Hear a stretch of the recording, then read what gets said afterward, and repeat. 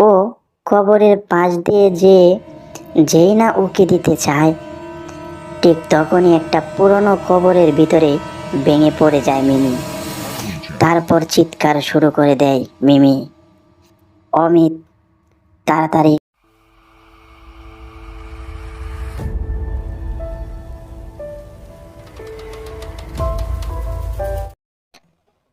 একদিন দুপুরবেলা অমিত তার 8 বছরের মেয়ে মিমিকে নিয়ে ভাত খাচ্ছিলেন। ঠিক তখনই খবর আসে তার চাচা শ্বশুর মারা গেছেন। অমিত তার মেয়েকে নিয়ে শ্বশুরবাড়ির উদ্দেশ্যে রওনা হন। তার শ্বশুরবাড়ি ছিল তার বাড়ি থেকে প্রায় 5 থেকে 6 কিলোমিটার দূরে। তাই তিনি তার বউ আর মেয়েকে একটি রিকশায় তুলে দিয়ে নিজে সাইকেলে করে যাচ্ছিলেন। গ্রামের কাঁচা রাস্তা, তার উপর বর্ষাকাল হওয়ায় রাস্তায় কাদা জমে গিয়েছিল। প্রায় 1 ঘন্টা পর গিয়ে শ্বশুরবাড়ি পৌঁছান অমিত। গোসল, তারপর জানাজা শেষে আসর নামাজের পর লাশকে কবর দিতে নিয়ে যাওয়া হয়। মিমি ওর বাবার কাছে বায়না ধরে যে ও কবরে যাবে। মেয়ের কথা না করে দিয়ে তিনি বলেন যে তুমি ছোট মানুষ, তুমি সেখানে গিয়ে কি করবে। তবে মেয়েটা তার বড্ড জেদি, সে যাবেই তো যাবে।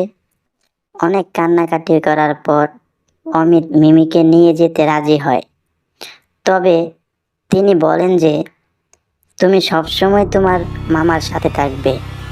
মিমিও রাজি হয়। গ্রামের শেষ প্রান্তে চাষের জমির ভিতর গোরস্থান। গোরস্থানটির চারদিকে কোনো দেয়াল নেই। গোরস্থানে এসে মিমিকে তার মায়ের কাছে দিয়ে বলেন, তুমি চুপচাপ এখানে দাঁড়িয়ে থাকবা, কোথাও যাবা না। তারপর অমিত লাশটি মাটি দিতে কবরের কাছে চলে যান। কেমন করে লাশকে মাটি দিতে হয় অনেক কৌতূহলী হয়ে মিমি কবরের দিকে এগিয়ে যায়। ও কবরের পাশ দিয়ে যেই না উকি দিতে চায়, ঠিক তখনই একটা পুরনো কবরের ভিতরে ভেঙে পড়ে যায় মিমি। তারপর চিৎকার শুরু করে দেয় মিমি। অমিত তাড়াতাড়ি ভাঙ্গা কবর থেকে তুলে বাসায় নিয়ে যান। তারপর বাসায় নিয়ে গিয়ে আচ্ছা মতো গালি দেন যে কেন তুমি আমার কথা শুনলে না। মিমির গায়ে তখন কাদা মাটি লেগেছিল।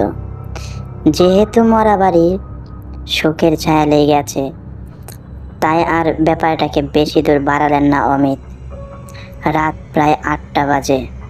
খাওয়ার পর অমিত তার বউকে বললেন, আমি তাহলে এখন বাড়ি যাই, কারণ গরু ছাগলগুলো আছে, আর তুমি মেয়েকে নিয়ে থাকো, কাল সকাল হলে চলে যেও।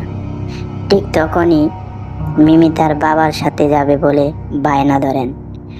অমিত বলে, তুমি মায়ের সাথে থাকো, কাল সকালে যেও। কিন্তু